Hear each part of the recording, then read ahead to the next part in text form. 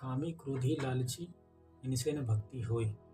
भक्ति करे कोई सूरमा, जात वर्ण कुल खोय। भक्ति बड़ी बारीक है। खसखस के दाने का 20वां हिस्सा का भी 20वां हिस्सा, उसका भी 20वां हिस्सा, उसका भी 20वां हिस्सा, इतनी बारीक है। थोड़ा समझना कठिन है। इंसान के जीवन के 2 रास्ते हैं, एक भौतिक, एक आध्यात्मिक। अगर भौतिक रास्ते के सफर की उन्नति करनी है तो बाहर की तरफ भागना शुरू करें। आध्यात्मिक रास्ते की उन्नति करनी है तो भीतर की तरफ भागना शुरू करें। आध्यात्मिक रास्ते पर उन्नति करने के लिए एक सद्गुरु की जरूरत पड़ती है और भौतिक उन्नति के लिए एक गुरु की जरूरत पड़ती है। किसी किसी को वो भी नहीं पड़ती, अपने आप ही भागता रहता है। आध्यात्म की तरफ जाने के लिए रास्ता साफ है, सड़क खाली है, सत्य का रास्ता है, भीड़ नहीं है, रास्ता एकदम साफ है।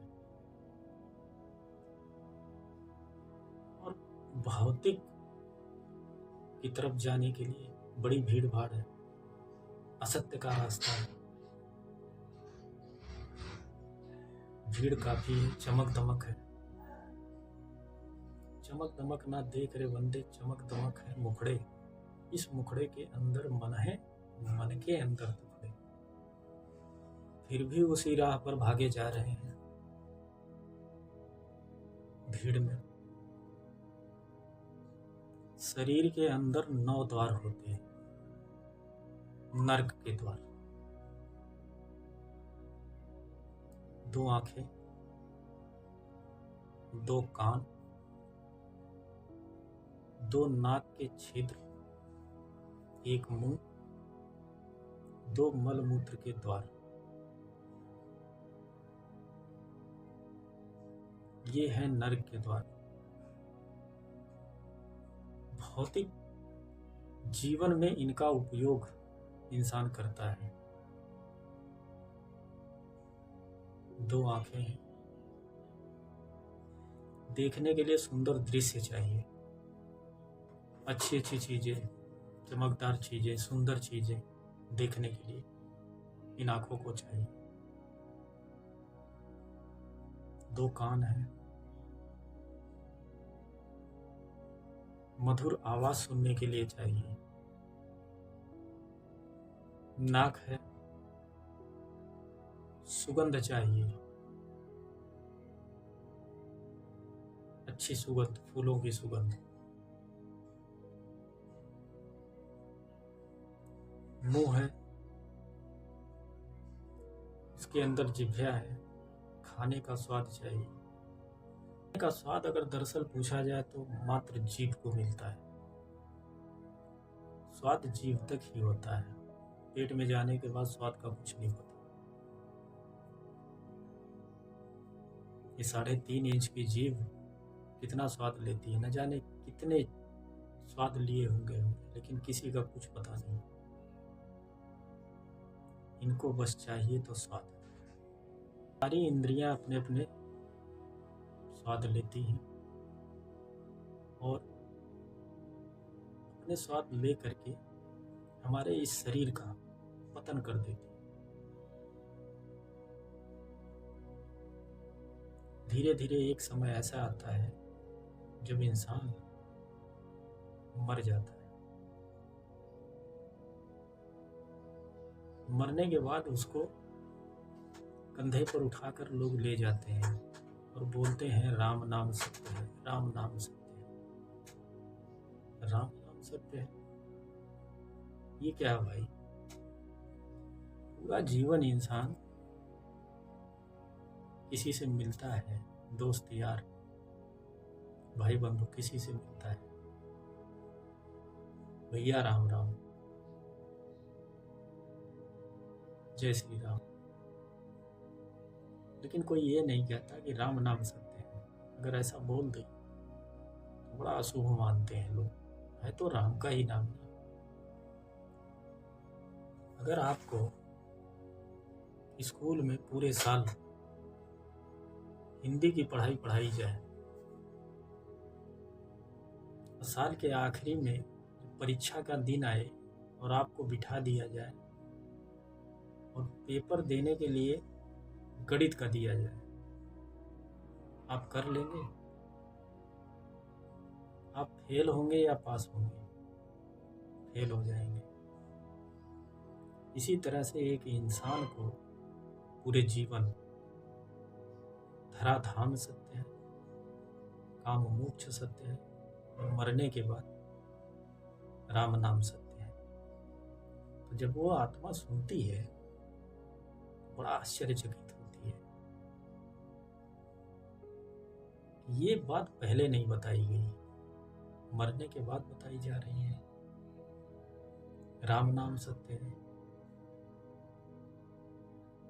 बचपन में, बाल्य अवस्था में धराधाम सत्य है, युवा अवस्था में काम मोक्ष सत्य है और मरने के बाद राम नाम सत्य है। ये चीजें अगर पहले बता दी गई होती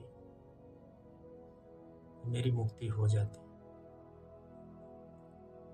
इसी पर कबीर साहब की उलटवासी में आता है, एक अचंभा मैंने देखा, बंदर दूहे गाय, सारा दूध खुद पी जावे, घीवा बनारस जाए। तो होता यूं है कि पूरा जीवन इंसान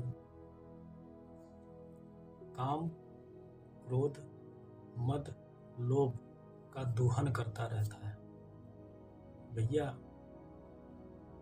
पूरा जीवन इन चारों का दोहन करते हैं और अंत में जब मर जाते हैं तो उनके घर वाले कहते हैं चलो इनको बनारस हरिश्चंद्र घाट पे फूंक के आते हैं, मुक्ति हो जाएगी इनकी, स्वर्ग जाएंगे।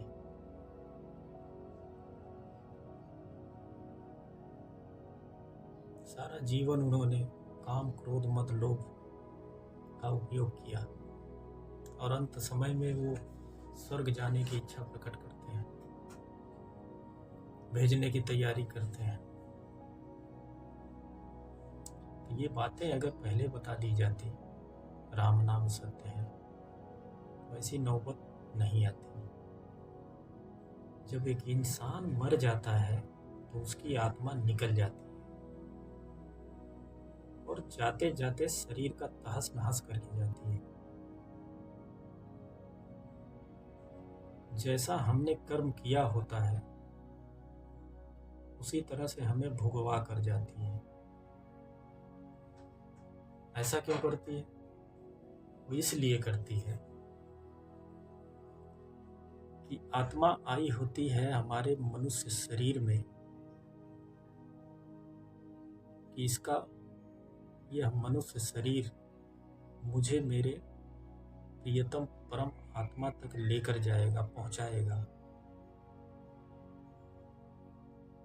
पर हम तो कुछ और ही करने लगते हैं, इस आत्मा को उसके परमात्मा तक नहीं पहुंचा पाते।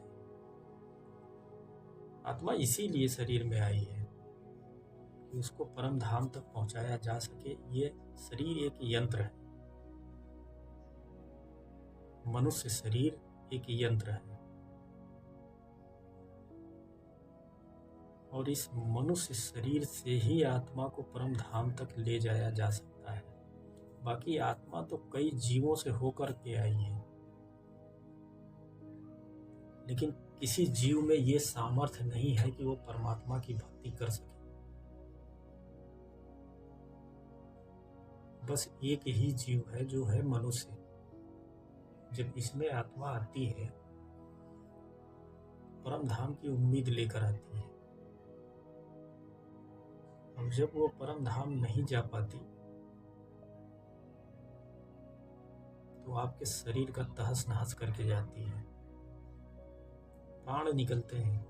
आत्मा जब निकलती है या तो आँखों से निकलती है तो आँखें खुली रह जाती है, मुंह से निकलती है तो मुंह खुला रह जाता है, कान से निकलती है तो ब्लड आ जाता है, मल मूत्र के द्वार से भी निकलती है।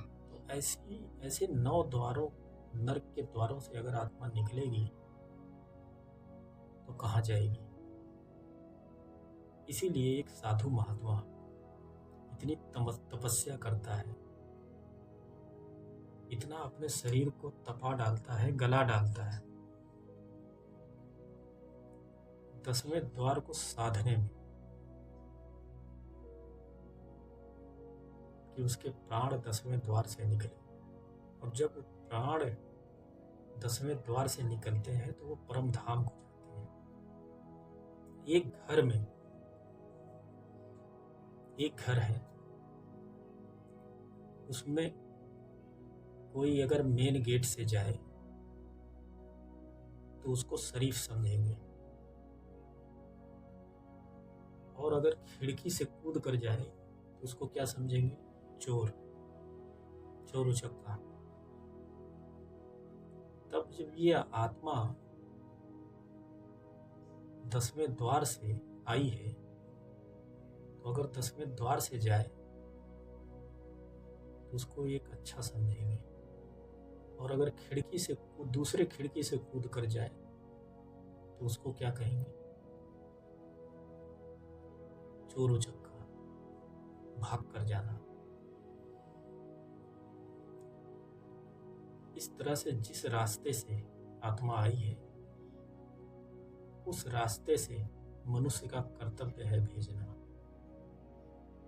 और अगर वो अपने कर्तव्य को पूरा नहीं करता है तो जो आत्मा है या तो आँख से निकलेगी, या तो कान से निकलेगी, या तो मुंह से निकलेगी, या तो मलमूत्र के द्वार से निकलेगी। और इन रास्तों से जब भी निकलेगी कर्म के अनुसार उसको फिर से किसी योनि में आना पड़ेगा। और अगर साधन धाम ध्यान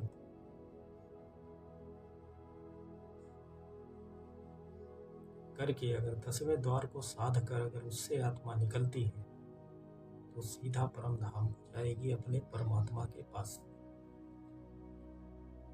तो इसलिए आत्मा शरीर का तहस नहस करके किसी भी रास्ते से निकल कर जाती है और शरीर का तहस नहस कर देती है, और दोबारा फिर जन्म लेना पड़ता है किसी भी शरीरधारी में कर्मों के अनुसार।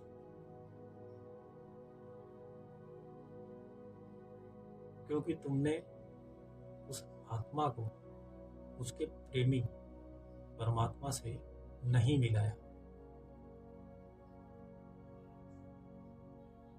इसलिए वो चली गई। जाने के बाद न जाने कब तुम्हें मनुष्य जन्म मिलेगा। 84 लाख योनियां होती हैं।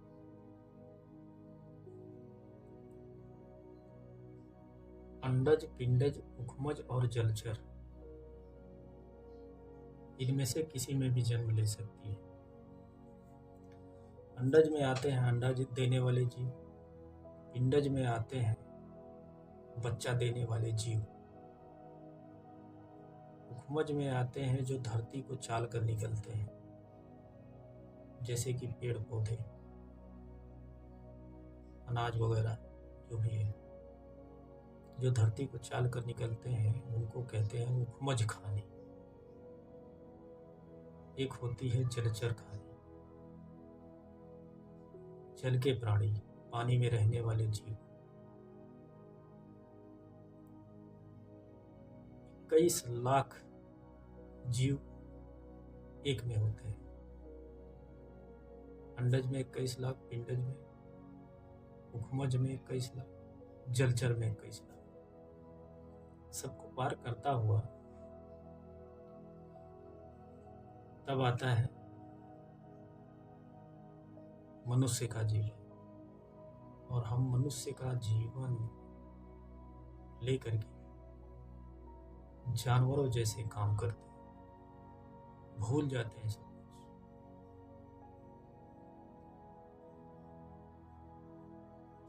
भक्ति बड़ी बारीक है। खसखस के दाने का 20वां हिस्सा, का भी 20वां हिस्सा, उसका भी 20वां हिस्सा, उसका भी 20वां हिस्सा।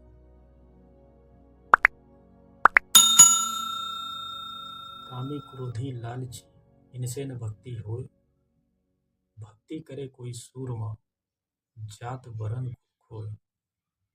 तो आज के लिए इतना ही। नमस्कार। साईं।